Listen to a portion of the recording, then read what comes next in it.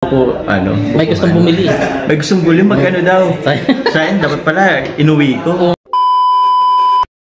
Hi guys! Once again, welcome back to my channel. Panibagong araw at syempre, panibagong reaction video na naman ang ating pag-uusapan. Welcome back to Chloe TV. Isang mapagpalang araw po sa inyong lahat. Saan sulok mo kayo ng mundo. Ayan guys, unang-una gusto ko lang magpasalamat sa ating viewers and sa ating mga solid subscribers na walang sawang sumuporta dito sa ating YouTube channel, lalong-lalo na sa ating mga kalingap supporters. Ayan guys, bago natin simulan ang video na to, gusto ko lang magpasalamat at palagi po nating suportahan ang pinakaama ng Kalingap, si Kuya Bal Santos Matubang, si Ate Edna Vlogs, si Kalingap Rob, and of course si Jack Matubang. Lahat ng Keyboys, lahat ng Kalingap partners, at lahat ng ating mga charity vloggers sa Pilipinas, suportahan natin sila kasi napakaganda po ng kanilang advokasya. Ito po'y para sa ating mga mamamayang mahihirap. And suportahan din po natin guys ang aking mga kasamahang reactor sa Kalingap, lalong-lalo na sa Karipa. So, ngayon guys, alam nyo na yung title natin, no? Yung maging reaction nga natin ngayon, patungkol ito kay Papa Joms, kung saan in interview, no, sa pagdating nilang Papa Joms, sinalubong agad ito ni Kalampitos TV, sorry. So ayan guys, bago natin ipopromote ko lang po si Kalampitos TV, isa din po yung Kalingap na tumutulong. So ayan guys, suportahan din po natin siya kasi medyo humina po ang kanyang views. Sa mga Kalingap supporters dyan, huwag natin kalimutan si Kalampitos TV. Ayan, so ngayon, nakakatawa lang guys, no? Kasi nga, tinanong niya ito si Papa Joms kung kamusta daw yung buko. Di ba, naalala nyo guys ng part 45 kung saan nag-share nga itong si Carla sa buko, no? So yung straw kaya guys, nasaan? So malalaman natin yan ngayon. And syempre, kung gusto mo ng ganitong klaseng reaction, huwag kalimutan mag-like, share, comment, at mag-subscribe na rin po kayo. Panoorin muna natin ang video na to kung ano yung revelasyon ni Papa Joms, kung saan nga ba yung buko at saan nga ba yung straw. Kaya naman panoorin muna natin to. Opo. Papa Joms, magandang araw. Max maganda. Ibalik kuya. Tagal mong nawala. Kaya nga 1 week. Ha? Kumusta kuya? Kuya, may naano ka. Ha? Magpumulat sa iyo dun ng pansamantala. Meron ka sa aming tour guide. Tapos si kuya, parang ikaw yung nagjo-joke habang kasama namin. Ay, hindi kasi yun mag-joke. Nag-joke. Kaya naalala namin sa kanya ikaw. Kaya parang halos kasama rin namin ikaw doon. Nagtutur guide. Oo, yung nagtutur guide. Nagjo-joke kasi mag-joke Ang galing. Oo. Kumusta kuya? Ano po? Ayos lang. Napag-vlog naman ako doon sa Kamso. Nakapag-vlog ka naman. Ay, umuwi ka kuya? Ha? Umuwi ka po. Umuwi. Nakabalik ko lang din ngayon. Nung isang gabi pa. Naghintay ako. Tapos, sinalubong ko kay kagabi. Oo nga po Kumusta? Actually kuya, maganda, masarap, sobrang saya. Papunta namin doon. Kasi yun nga, sobrang okay na yung Palawan. Yung mga supporters din po pala. Salamat sa mga pumunta sa Naiya, pagpunta pa sa Palawan, yung mga naghintay sa labas ng airport po. Maraming salamat. Talagang inabangan kayo, no? Opo. Tapos yun, sobrang magandang experience kasi andan yan, kasama natin yung India, sila Carla, sila Beyonce, tapos yung ibang K-boys. Maraming salamat po. Maraming salamat din po. Okay na po kayong ganito? Yan. Malawanag dito. Malawanag dito yan. So, Papa Joms, ano kaya? Tinatanong nila kung nasa na tayo yung buko juice. Yung buko juice? Yung straw. Yung straw na. Buko, yung straw? Kung ano ngayon, para pinag-uusapan nila yun Tinapon niya ba? Tinapon? Ha? Tinapon? Iniwan namin dun sa buko, May gustong bumili. May gustong bumili, magkano daw? Sayang, dapat pala inuwi ko. Oo nga. Tapos binenta ko sa libo-libo. Gabi kayo. Salamat po mga supporters. Thank you very much po sa mga supporters. Yan. Mga Palawan News, maraming salamat po.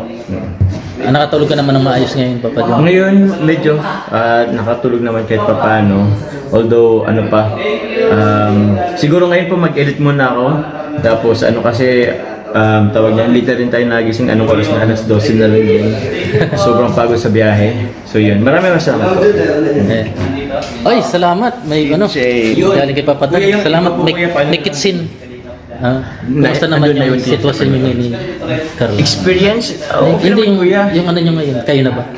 Wala, hindi pa naman. Ito siya guys, inuna naman si Kalingap Prab. Di ano lang yun, pang ano lang.